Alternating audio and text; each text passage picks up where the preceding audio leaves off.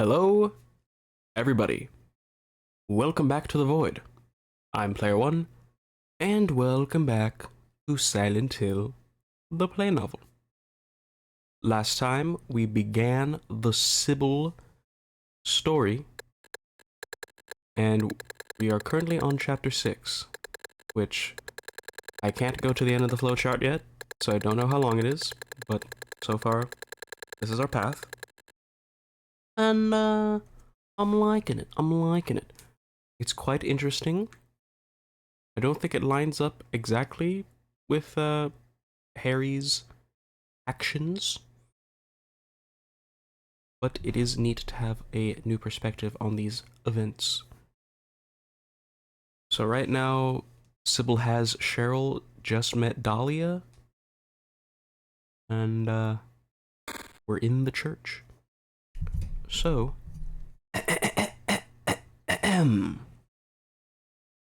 after Dahlia disappeared behind a door, Sybil regained herself. She tightly held Cheryl's hand, and they left the church.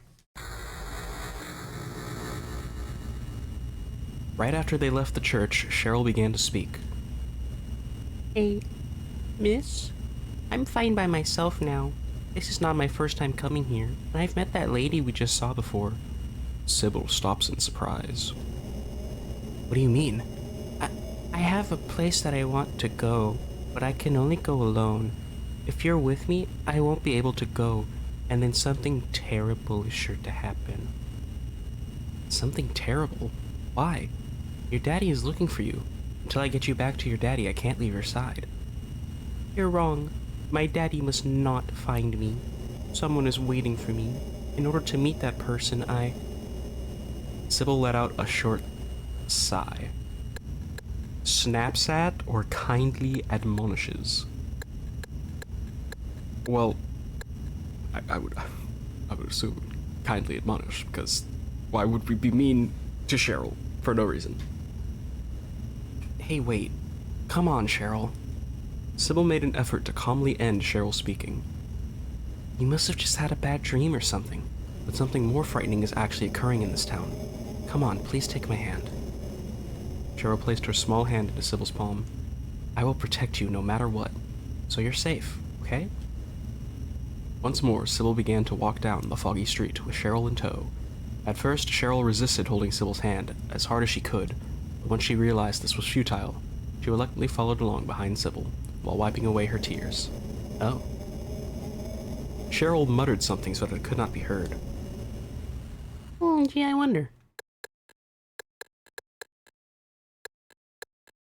Is this Cheryl muttering the thing? Either let's go or goodbye? Let's go. After walking for a bit, the two of them started to notice that the murmuring of water had began to interfere with their conversation.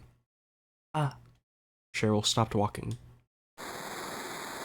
Water was splashing up from the strong current in the old aqueduct through the white fog.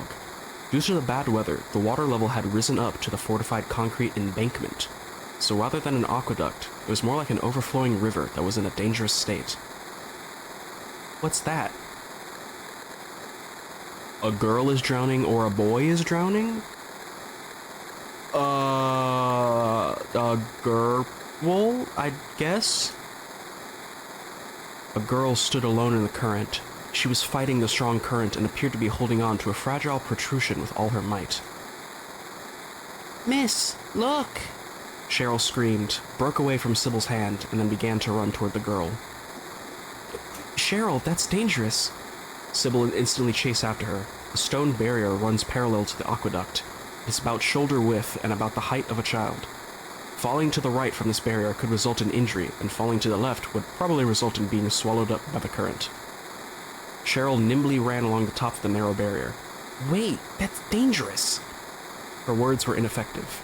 Using her innate physical prowess, Sybil got on top of the barrier. However, she could not run along it as nimbly as Cheryl.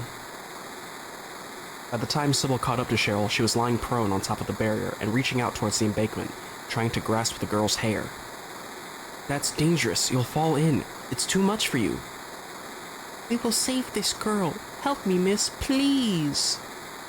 Sybil lightly jumps down onto the embankment side and is again surprised by the strength of the current.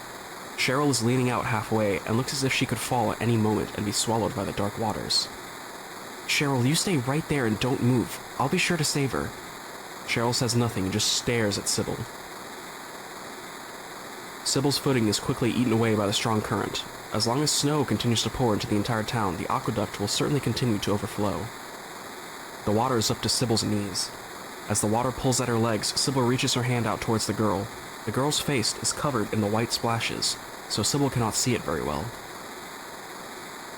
Everything's alright. Don't worry. Sybil shouts out to give the girl hope, but the girl just appears to be caught on the protrusion like a rag, and perhaps that is the best way to describe her.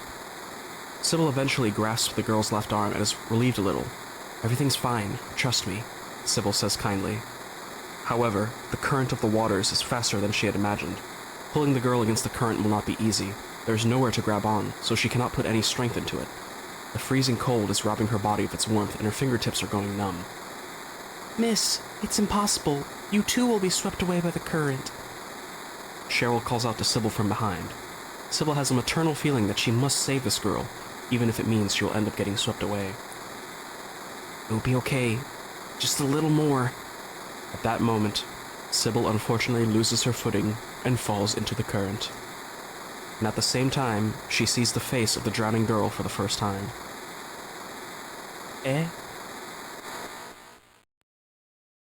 As Sybil is swallowed by the merciless current, she looks up and sees another girl on the barrier. There, the unfamiliar girl looks down at Sybil with no expression on her face. She didn't understand it. She couldn't believe anything. Still holding the arm of the girl, she is swallowed in the dark waters and then loses consciousness. Everything is dark. There's not even a single sound. Sybil cannot tell whether her eyes are open or closed. The hand gripping Sybil's hand suddenly moved. I may have used you, miss. Sybil made a face like, "Wha?" and immediately asked, "What are you saying?" That's why I was against it. You are a good person, so I didn't want to get you wrapped up in this, but in the end I have made you suffer. I guess that is the same thing as getting you involved. Sybil smiles. I've said it many times, but it's my job to get you back into your father's custody. Getting me involved or whatnot, it's not a problem. You're wrong, miss. Silence flows between the two of them. As for what Daddy will do and so on, those are issues that do not even compare to what I am dealing with. My own personal issue. It's something that I should never ever tell anyone. Something very important. I've thought about it for so long. I've been confused by it for so long. However, maybe I can tell you about it, miss. The reason why there is no one in town. The reason why I don't want to see my daddy. And also, my true... Once again, there was silence. You're true? You're true what? Do you know something? However, that question is not answered. Oh, what the hell? And then, the low sound of a motor runs through the floor and causes a slight quiver in Sybil's stomach. To her front, she has only a glimpse of a single shaft of light. The light thinly extends up and down, and eventually expands to the left and right, revealing a small room. It is an elevator. The elevator doors have opened wide, and it sits ready, almost as if it has come for Sybil. Sybil and the girl are lit by its light. And then, Sybil felt the grip of the girl that she was holding onto become weak. No, wait. An illusion. No, the two of us are definitely holding hands. Sybil looked toward the girl. Her entire body was paralyzed with a chill. Powerlessly, Sybil sank down in that very spot. Her vision is hazy. The color drains her entire body. Why is the text freaking out? The girl is not there in the light. The thing that Sybil is holding on to. It is... Sybil suppressed a shriek. This... A green, jelly-like object or a slightly dirty doll? It's a fucking slime. Ew! It was an unknown green, jelly-like object.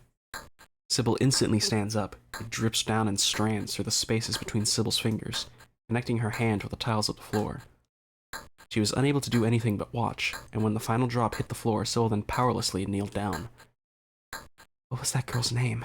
It was a name she had said many times, but for some reason Sybil could not remember it. Sybil closed her eyes and remained there, frozen.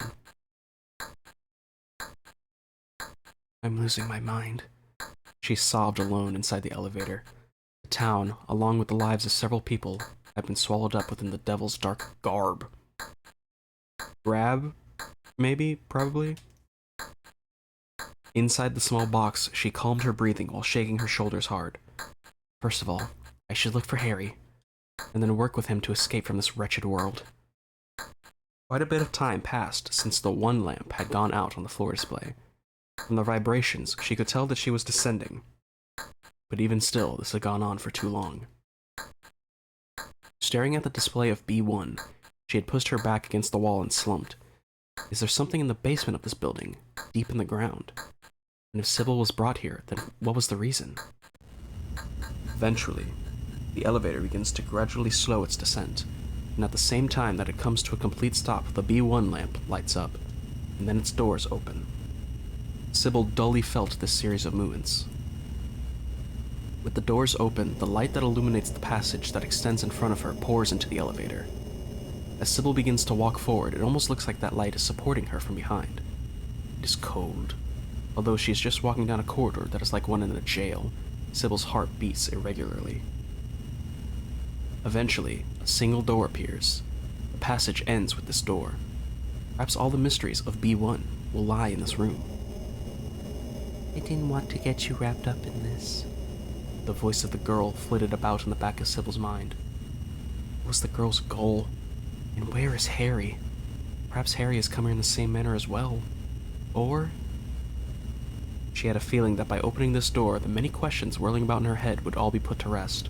Sybil summoned forth her courage and placed her hand on the door. It is hot, and Sybil immediately takes her hand off the knob. Something is burning beyond this door.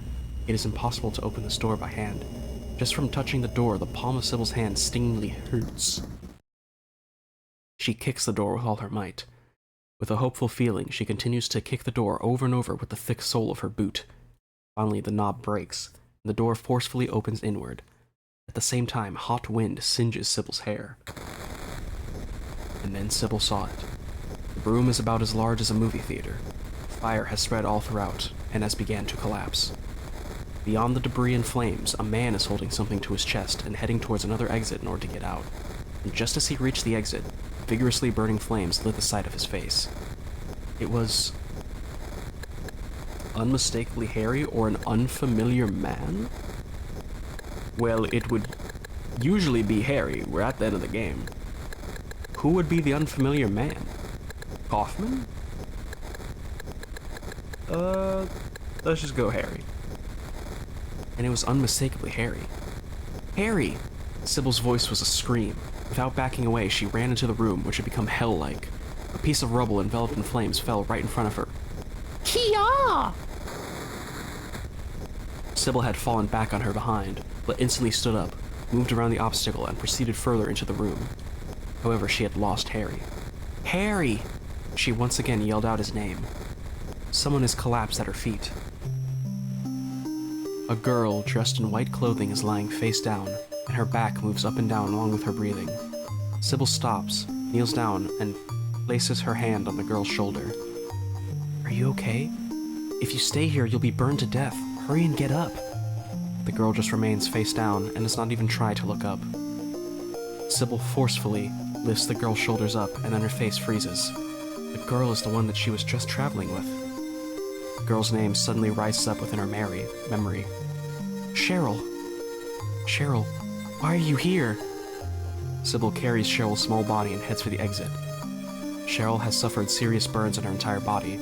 If they don't get out quickly, then not only Cheryl, but Sybil as well would be burned to ash. Black smoke rises from Cheryl's white clothing. The girl is just barely conscious, and her face is pale. Part of her hair is burned, and her... Why did the text freak out? Her right something is red and swollen. Sybil sheds tears. The sounds of explosions resound from all directions, and the floor shakes and rumbles. Sybil holds the burned girl close to protect her and runs. In order to save the faint life in front of her, Sybil risks her own life. Sybil devotes herself completely to her current goal, and she considers this to be her duty. Sybil avoids debris as she heads towards the exit. At the same time, she thinks, the man she just saw, he seems to have just abandoned this girl, and if that is the case... Sybil finally arrives at the exit and places her foot on the white staircase that extends in front of her, and then she races up it. From behind, the loudest explosion yet occurs. A sea of fire is just behind Sybil and is closing in on her. As she climbs the long staircase, Sybil has the goal of reaching the light coming from above the ground. Or perhaps she just senses that it is her last hope, so she runs stronger and faster up the stairs. Sybil glances down at Cheryl's face. Yeah. Okay. Okay. And I would assume these are the same credits. Okay, so far we have, like, basically a regular ending. Sybil did not meet Harry again, but did her own stuff. There's no mistake, it is Harry. Oh. Music room. Aqueduct, damn, 3. Elevator, 4 cards? And I got a card for a puzzle that I did not do yet, which is surprising.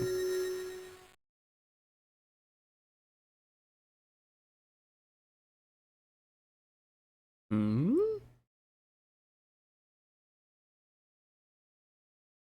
Eh? Why is there 2 save? Hang on. Okay, no, I'm stupid. There's always been 2 because the first one is like my test one. I'm stupid. Go back here and then yeah. All right. So definitely not as long as Harry's. Now I get to go do this because of course I can't go to the flowchart yet. And now I can. Okay. Not as long as Harry's. It goes to chapter 8, but it looks like there's a chapter 9. So just like got a short ending so far. Wonder how we get to chapter 9. Okay. Well, I guess we start cleaning up. So first, let's go here. It was an unfamiliar man. It is not Harry. It is a slightly plump, middle-aged man. That man is holding what looks like a white paper bag to his chest and is running out of the room. Wait! Sybil screams. The man glances toward her, but continues rushing out. Sybil begins to run in order to chase him, but almost stumbles over something and then stops in her tracks. Someone has collapsed at her feet. Okay, this is the same... Wait, I think I saw... Yeah, this is the same now.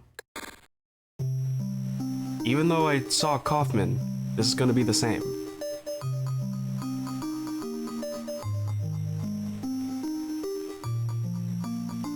The man she just saw, he seems to have just abandoned, and if that is the case, yeah, okay, I guess that's just a tiny change. I thought that would change it drastically, but okay. Next one. So what is this? Instead of a green jelly-like substance, a slightly dirty but familiar doll. That doesn't look familiar to me.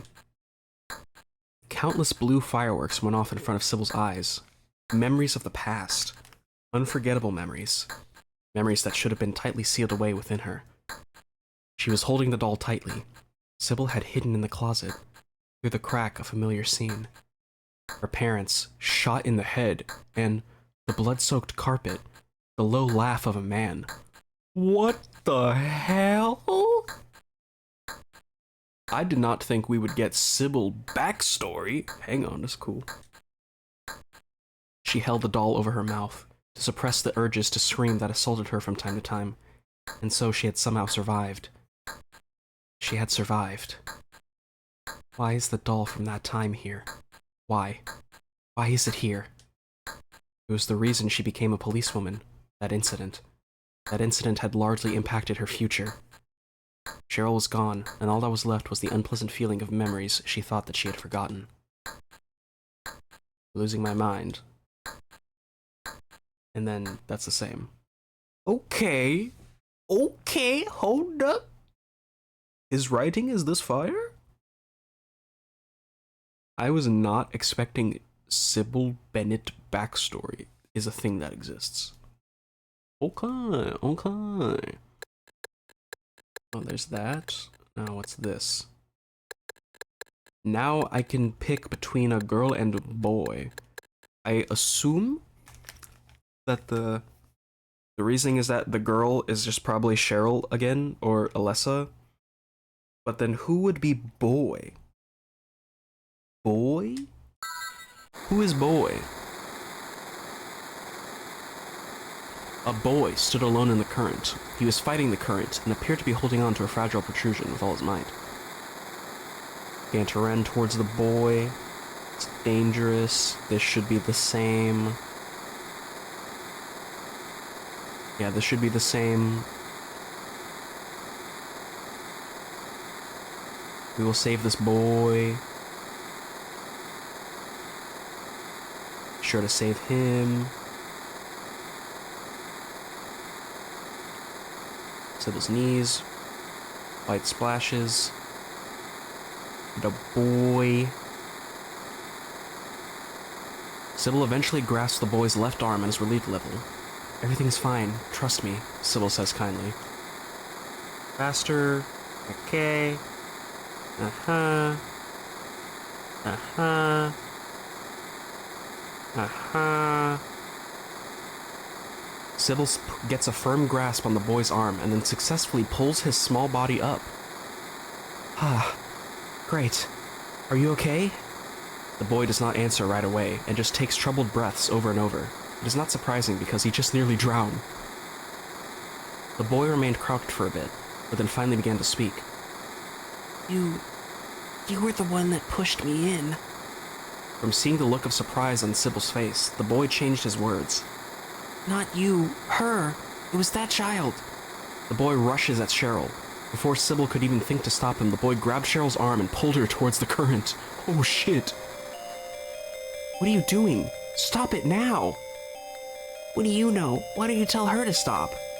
Andy? Who the hell is Andy? Toy Story? Cheryl falls into the water and begins to be swept away by the strong current. She would have to question the boy later. Sybil stomps as she runs along the concrete to keep up with Cheryl. Cheryl! Ah. Sybil's weak shouts were replaced by the sound of the water splashing. She slips and ends up in the whirlpool of the strong current, and is swallowed in the dark waters along with Cheryl. Is this going to end up being the same? Okay. Yes. So now it ends up being the same. But who the fuck is Andy? That's not a guy. That is not Guy from game. Andrew? Weird. Okay, well that seems to be this path done. So now we go back here. Cheryl's muttering. Let's have her mutter. Goodbye! Sybil and Cheryl wandered the town, literally with no destination. Their cheeks were numb, so they no longer even felt the cold pelting of the snow. From time to time, Sybil would look back to check on Cheryl. The girl just followed Sybil with her head down. Are you hungry? She asked this because she thought Cheryl might be sulking, but Cheryl just muttered, I'm fine. After walking for a bit, the girl suddenly stopped. I'm tired. Sybil's strength had begun to fade, so she thought that this could be the case with Cheryl as well. I must not compare my body with Cheryl's small one. The two of them sat down on a bench on the sidewalk. Oh, that's a neat picture. Thanks to the nearby tree towering above the bench, the snow could no longer fall directly on them. As soon as Cheryl sat down on the bench, she fell asleep. She's probably very tired from all the uncertainty and stress. Sybil held her or began to look for a building. Just hold her, I guess. He holds the girl's shoulders close, and while stroking her head, Sybil is struck with the feeling that the warmth is being absorbed out of her. Sudden sleepiness. Even though we're out of the snow at this rate, we'll freeze to death. If a human's body temperature drops below 98.6, then they will fall into a dangerous state. Period dangerous state? Even if the ambient temperature does not drop below freezing, a human can still freeze to death. Sybil recalled a lecture that she had attended long ago. However, even though she knew this, Sybil's body was gradually refusing her will, becoming one with the hard wood of the bench and getting heavier. Cheryl is awake. Even though her eyes are closed, from the expression on her face it looks like she is staring at me, like sinking to the bottom of the ocean. Sybil's consciousness grows distant. My body feels weird. My body feels weird. My body feels weird. My body feels weird. Something, I don't know what, but something evil is here. Somewhere inside me. Beginning to make a nest, one cell at a time. Beginning to consume me. And yet it doesn't hurt. My body's on fire. My body's on fire. My eyes feel like they're going to melt. My eyes hurt. My eyes are on fire. Laughing, coming from my stomach. A slightly dirty doll. Where are my parents? They already escaped? Since when? Why here? A wheelchair. Something. I don't know what, but something evil is here. Somewhere inside me. Beginning to make a nest one cell at a time. My eyes hurt, yes? Laughing. Ha ha. Coming from my stomach. Sitting in a wheelchair. A roar. The dark sky. Something is spinning. He has come to me.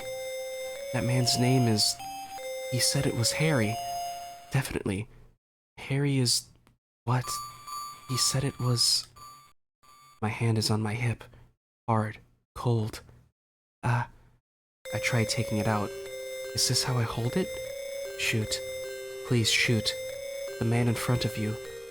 I destroy him? It was a merry-go-round. If I thought that many eyes were watching... Haha. If I pull the trigger, something seems to have torn the man's flesh. Wait. Please wait. I must not shoot that man. In this world, he's my only... friend. Kill me. I no longer control myself. My body's acting on its own. Kill him. Kill. You must kill him. Something small has passed through me. It doesn't hurt. It hurts. My clothes are soaked. I will die. Protect the girl. I fall to the ground. I bounce once and cannot move. Is this my body? Why? I cannot control it. Some small creature. It got inside me at some time. It bites through my belly and leaves me.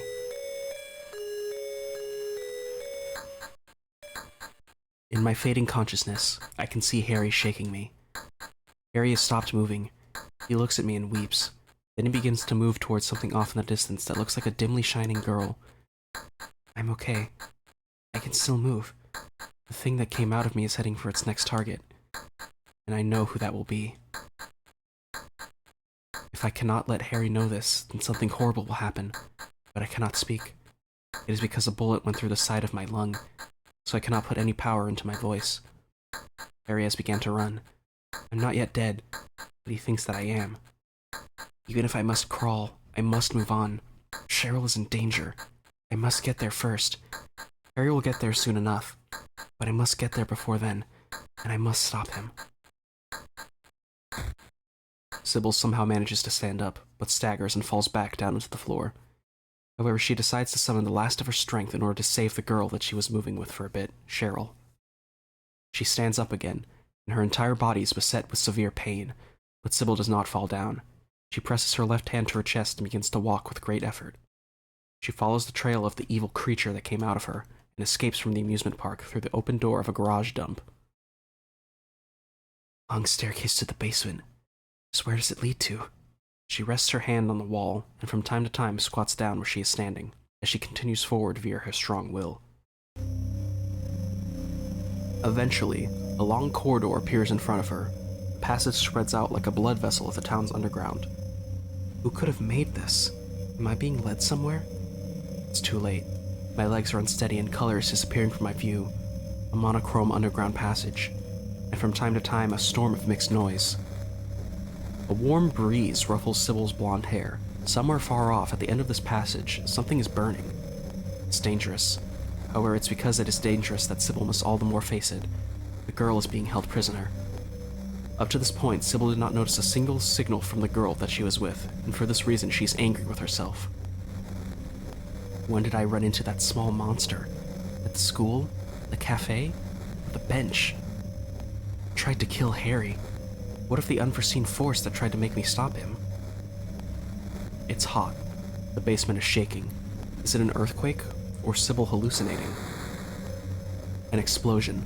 Light flashes from the front, and at the same time her cheeks become covered in heat. It is close. Not far now. Something is happening. The door at the end of the passage is slightly open. If I can get in there. Sybil thinks. Ooh, a 3 choice. Whoa, interesting. But I think I'll end it there. Okay, still pretty good. I'm liking this. So we've got Sybil backstory, which is crazy. We got ending where she just is late and she just comes at the end before the whole fight. And then goes with Alessa's body, which I think she's still dead. And then who the fuck is Andy? There's another character? Huh? Okay. Still only one ending, but I believe we're getting close to another one. But alright. I've been Player One. And I'll see you next time. For even more Sybil Chronicles. Bye-bye.